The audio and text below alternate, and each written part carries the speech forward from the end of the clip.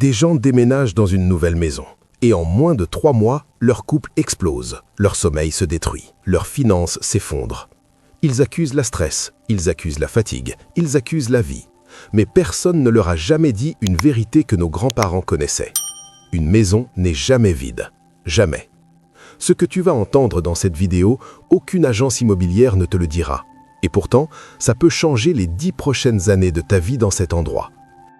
Chaque maison, chaque appartement, chaque chambre dans laquelle tu entres porte une mémoire. Les murs absorbent, le sol absorbe, l'air lui-même conserve des traces. Tu ne sais pas qui a vécu là avant toi, tu ne sais pas ce qui s'est passé entre ces murs. Peut-être qu'un couple s'y est déchiré pendant des années, peut-être que quelqu'un y a pleuré chaque nuit, peut-être que la personne qui vivait là portait une colère, une tristesse si profonde qu'elle a imprégné chaque centimètre de cet espace. Et toi, tu arrives avec tes cartons, ton sourire, tes projets, et tu te demandes pourquoi, au bout de quelques semaines, tu ne te sens pas chez toi. Pourquoi tu dors mal? Pourquoi il y a une tension dans l'air que tu ne peux pas expliquer? Ce n'est pas dans ta tête, c'est dans l'espace. Et voici les 5 étapes pour purifier et reprogrammer ta maison. Première étape, ouvre tout, absolument tout. Avant même d'apporter le premier meuble, ouvre chaque fenêtre, chaque porte, ouvre même les placards, les tiroirs qui restent. Laisse l'air traverser l'espace entier, laisse la lumière naturelle envahir chaque recoin. L'air qui circule, c'est le mouvement, et le mouvement, c'est le contraire de la stagnation. Tout ce qui est resté enfermé, les émotions lourdes, les émotions piégées, a besoin d'une porte de sortie. Laisse les fenêtres ouvertes au minimum 30 minutes, pendant ce temps, ne fais rien d'autre. Laisse l'espace respirer, comme un être vivant qui reprend son souffle. Deuxième étape, marche en conscience dans chaque pièce. Une fois que l'air a circulé, marche dans chaque pièce, lentement, en silence total. Pas de musique, pas de téléphone, pas de conversation. Juste toi et l'espace. Touche les murs avec la paume de ta main, touche les portes. Et dans chaque pièce, prononce ces mots avec conviction. À partir de cet instant, cet espace m'appartient. Il est un lieu de paix, de protection et de renouveau. Les mots dirigent l'énergie. Quand tu déclares quelque chose avec clarté, tu programmes ton environnement. Tu poses les règles de ce que cet espace va devenir. Ne saute pas cette étape, c'est la plus puissante. Troisième étape, le sel.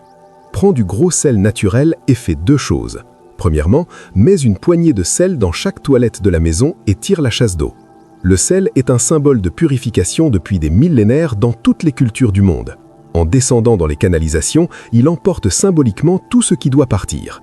Pendant que tu tires la chasse, déclare « Toute énergie qui ne m'appartient pas est dissoute et emportée ». Deuxièmement, place un petit bol de gros sel dans les coins de la pièce principale.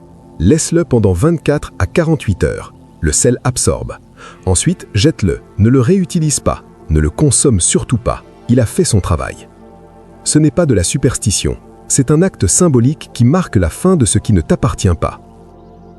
Quatrième étape, la bougie blanche. Prends une bougie blanche et place-la au centre de ta maison. Allume-la. Le blanc, c'est la pureté. La flamme, c'est la conscience. C'est la lumière qui dit « quelqu'un est là, quelqu'un est présent ». Et cette personne a une intention claire. Pendant que cette bougie brûle, déclare à voix haute ce que tu veux vivre dans cette maison. Ici, je vivrai dans l'harmonie. Ici, je connaîtrai la prospérité. Ici, le respect habitera chaque échange. Ici, la tranquillité sera ma fondation.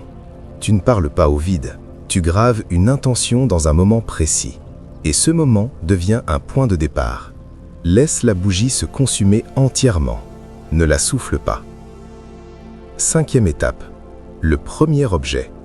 Peu de gens en parlent. Le premier objet que tu fais entrer dans ta maison a une valeur symbolique énorme. Ne commence pas par les cartons en vrac. Fais entrer en premier quelque chose qui représente ce que tu veux attirer. Du pain ou du riz, pour que la nourriture ne manque jamais.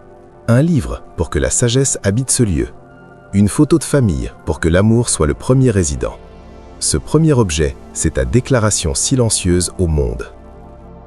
Beaucoup de gens vont entendre ceci et penser « c'est juste du symbolisme, ça ne change rien concrètement ». Mais tout ce que l'humanité a construit de grand a commencé par un symbole. Un drapeau avant une nation.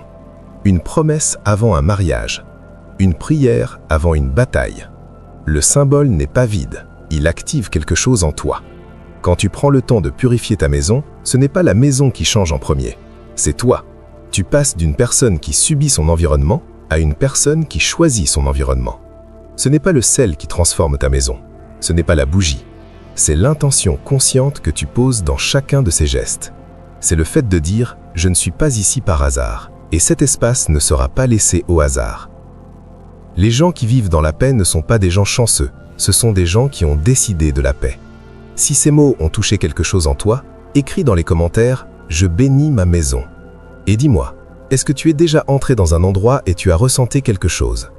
Cette lourdeur dans l'air, ce malaise que tu ne pouvais pas expliquer, cette sensation que quelque chose n'allait pas sans savoir quoi. Tu n'étais pas fou, tu percevais ce que l'espace portait. Partage cette vidéo à quelqu'un qui s'apprête à déménager, tu pourrais changer son expérience.